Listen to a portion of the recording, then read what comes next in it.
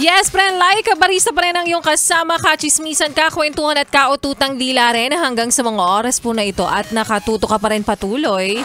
Dito pa rin sa iyong paboritong solid na kabanding ang 101.1 Yes FM. At para sa yes, friend, na manggagamit, oo.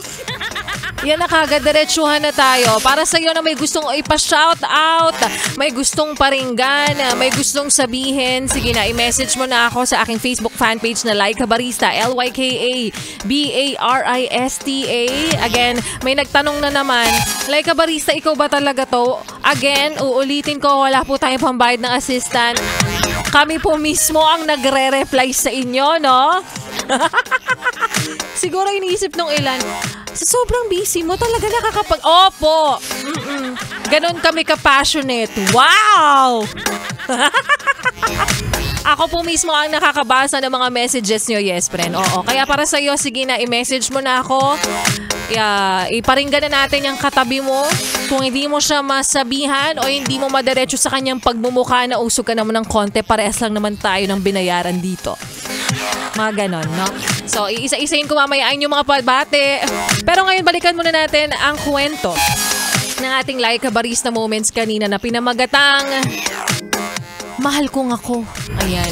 Na nagpapaalala sa ating lahat, no? Na baka nakakalimutan mo lang, yes, pre, na ikaw ay isang tao. It's okay not to be okay kapag pagod ka na. Sabi nga nila, pahinga lang tapos laban ka na ulit, 'di ba? Sa madaling salita, give yourself a break. Huwag ka masyadong ma-pressure sa paligid, sa school, sa trabaho, sa relasyon na kung kaya ng iba, bakit hindi? Ba't hindi ikaw yung ganong feeling? E di kung kaya ng iba, ipagawa mo sa kanila. And again, yes, friend, when things are too much, stop and breathe for a moment. Ganun lang naman yon. I-practice mo yung inhale, exhale. Tandaan mo lamang na pag-inhale tapos pag-exhale, dahan-dahan din kasi baka mamaya ikaw naman ang magbigay ng stress sa ibang tao. Charot. Diba? Luma man at paulit-ulit mang kasabihan ito. Pag pagod na, pahinga lang muna. And always remember that your feelings are valid. Kasi yung iba pinapangunahan kagad, hindi. Hindi ako dapat maging malungkot ngayon kasi nga siya masaya siya. Sabi niya lang, okay. Diba? O kaya ka nahihirapan dahil tao ka lang naman. Mahalin mo rin yung sarili mo kasi wala namang ibang pwedeng magmahal dyan, magpahalaga dyan, kundi ikaw lang, diba?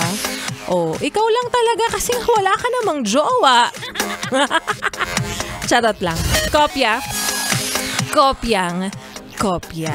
At para sa mga yes friend nating nag-aabang kung mamimigay ba ako ngayon ng papremyo, abangan nyo na lang baka bukas o kaya naman baka sa Thursday naman or baka sa Friday mamigay ulit tayo para po sa ating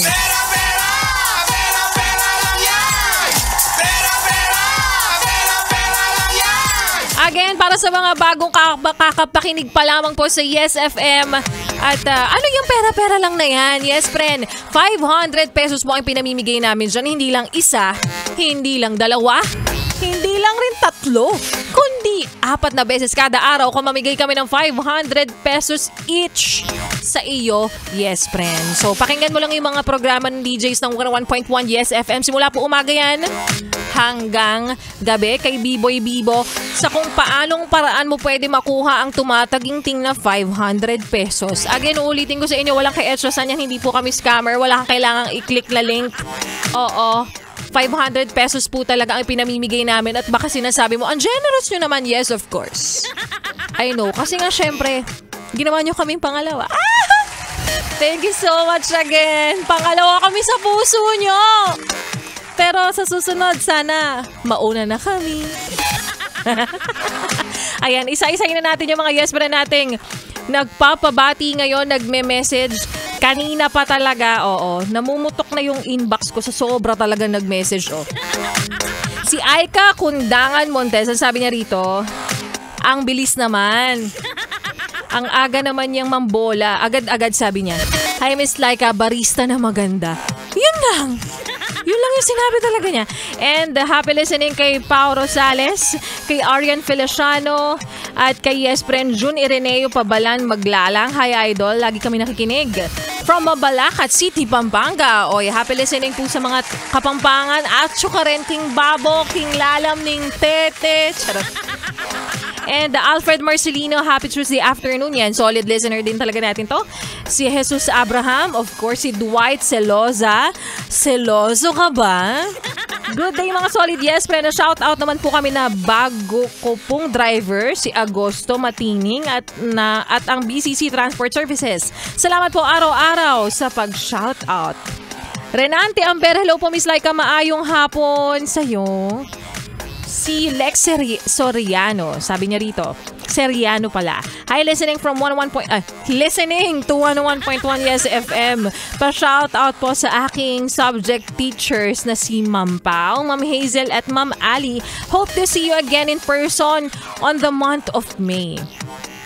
Marilu Domingo, Punong Bayan, thank you po sa laging pag-shoutout sa akin. Of course, maliit na bagay, yes friend.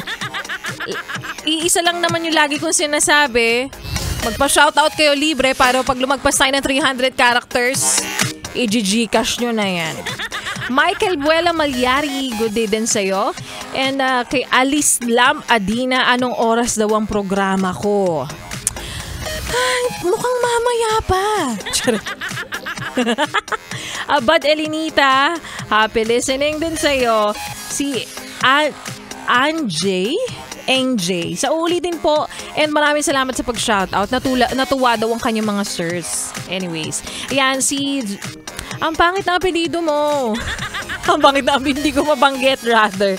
Yun pala. Si Joel. Yun yung kanyang pangalan. Ayan. Maraming salamat na nakikinig siya sa 101.1 Yes FM. Pinicturan niya pa. Napaka-competitive nga naman talaga. Kopya. O siya. Maraming salamat po sa inyo mga Yes Friends sa patuloy na pakikinig, pagsuporta at patuloy na pinipili ang Yes FM na solid. Solid sa kantahan, solid sa mga DJs, and ikaw din solid ka kasi nakikinig ka palagi sa Yes FM Manila. Bukas ulit, araw po ng Wednesday, yes friend, magsama-sama pa rin tayo. Same time, same frequency, and same station. Siyempre, hindi matatapos ng entertainment na ibibigay namin dahil susunod pa si Ganda Wanda. Kaya naman patuloy lang na makinig. Tumutok, indakan at sabayan pa ang mga kantahan natin ngayong hapon na paggabi na rin. Kasama pa ang susunod na kanta ng Grace Note.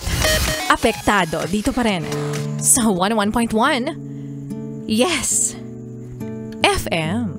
Solid.